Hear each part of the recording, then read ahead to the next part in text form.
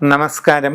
ജ്യോതിശാസ്ത്ര പങ്ക്തിയിലേക്ക് പ്രിയമുള്ള എല്ലാ പ്രേക്ഷകർക്കും ഹൃദ്യമായ സ്വാഗതം. നമ്മൾ ഇന്ന് ജ്യോതിശാസ്ത്രത്തിലെ ചില പ്രത്യേകമായ വസ്തുതകളാണ് പറയാൻ പോകുന്നത്.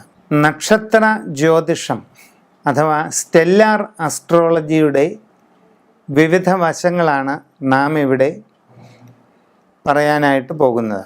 അശ്വതി മുതൽ രേവതി വരെയുള്ള 27 നാളുകാരുടെ പൊതുവായിട്ടുള്ള ഓരോരോ കാലഘട്ടങ്ങൾ എപ്രകാരമായിരിക്കാം, സാമാന്യമായിട്ടുള്ള അവസ്ഥകൾ ഓരോ സന്ദർഭങ്ങളിലും എങ്ങനെയൊക്കെ വന്നു ചേരാം തുടങ്ങിയ വിവിധങ്ങളായ വിഷയങ്ങൾ, അതാണ് നമ്മൾ ഇന്ന് പറയുന്നത്.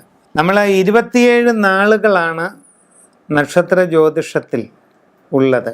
ലൂനാർ അസ്ട്രോളജി അഥവാ ചാന്ദ്ര ജ്യോതിഷത്തിൻ്റെ ഭാഗമാണ് ഇവ. നിരയന ജ്യോതിഷമെന്നും പറയും. നക്ഷത്രങ്ങളെന്ന് പറയുമ്പോൾ നമ്മൾ ആകാശത്ത് ഇങ്ങനെ കൺചിമ്മി തെളിയുന്ന ആ കാണുന്ന വെറും നക്ഷത്രങ്ങളെ പറ്റിയിട്ടല്ല പറയുന്നത്. ഒരു നക്ഷത്ര മണ്ഡലം എന്ന് പറയുന്നത് ആകാശത്ത് 13.25 ഡിഗ്രി, കുറച്ചുകൂടെ വ്യക്തമായി പറഞ്ഞാൽ 13.33 ഡിഗ്രി അളവാണ് ഒരു നക്ഷത്ര മണ്ഡലം.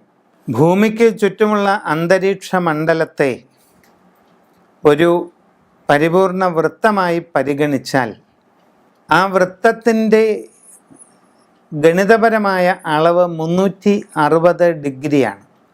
അങ്ങനെയുള്ള വൃത്താകൃതിയിലുള്ള അന്തരീക്ഷ മണ്ഡലത്തിൽ 30 ഡിഗ്രി വരുന്ന ഒരു ദൂരപരിധി, അതിനെയാണ് ഒരു രാശി അഥവാ ഒരു രാശി മണ്ഡലം എന്ന് പറയുന്നത്. അങ്ങനെ 12 രാശികൾ, 30 ഡിഗ്രി അളവ് വീതമുള്ള 12 രാശികൾ ചേരുമ്പോൾ ഒരു രാശിചക്രം, വൃത്താകൃതിയിലുള്ള ഒരു രാശിചക്രം പൂർത്തിയാകും. ഇത് കൂടാതെ 360 ഡിഗ്രി അളവുള്ള രാശി വൃത്തത്തെ 27 ചെറിയ ഭാഗങ്ങളായിട്ട് വിഭജിച്ചാൽ ആ ഓരോ ഭാഗവും 13.33 അളവുള്ള ഒരു മേഖലയായിട്ട് വരും. ആ ഒരു മേഖലയാണ് ഒരു നക്ഷത്ര മണ്ഡലം. ആ ഒരു മേഖലയിൽ കാണപ്പെടുന്ന കോൺസ്റ്റലേഷൻസ്, താരാപഥങ്ങളുടെ വ്യൂഹം, അവയെ അടിസ്ഥാനമാക്കി അതിന് പേരുകൾ നൽകിയിരിക്കുകയാണ്. അപ്പോൾ ഭൂമിക്ക് ചുറ്റുമുള്ള വൃത്താകാരമായ മണ്ഡലത്തിൽ 13.33 ഡിഗ്രി അളവ് വരുന്ന ഒരു മേഖലയാണ് ഒരു നക്ഷത്ര മണ്ഡലം. അശ്വതി, ഭരണി, കാർത്തിക, രോഹിണി എന്നറിയപ്പെടുന്നത് ഈ നക്ഷത്ര മേഖലകളാണ്. ഈ ഒരു നക്ഷത്ര മേഖലയിലൂടെ ചന്ദ്രൻ കടന്നു പോകാൻ എടുക്കുന്ന ഒരു കാലയളവാണ് ഒരു നാൾ. അത് ശരാശരി 60 നാഴിക അഥവാ 24 മണിക്കൂർ കൊണ്ടാണ് ഒരു നക്ഷത്ര മേഖലയിലൂടെ ചന്ദ്രൻ കടന്നു പോകുന്നത്. ഇതിനെയാണ് നമ്മൾ ഒരു നാൾ എന്ന് പറയുന്നത്. ഇതാണ് നക്ഷത്രങ്ങളെ പറ്റിയിട്ടുള്ള ഏറ്റവും അടിസ്ഥാനപരമായ കാര്യം ചുരുക്കി പറഞ്ഞത്. പൂരാടം നക്ഷത്രം ശുക്രദശയിലാണ് ആരംഭിക്കുന്നത്. നക്ഷത്രത്തിൻ്റെ അധിപൻ ശുക്രനാണ്. ശൈശവവും ബാല്യവും കടന്ന കൗമാരത്തിൻ്റെ ആരംഭ കാലഘട്ടം വരെ ഈ നാളുകാർക്ക് ശുക്രദശയാണ്.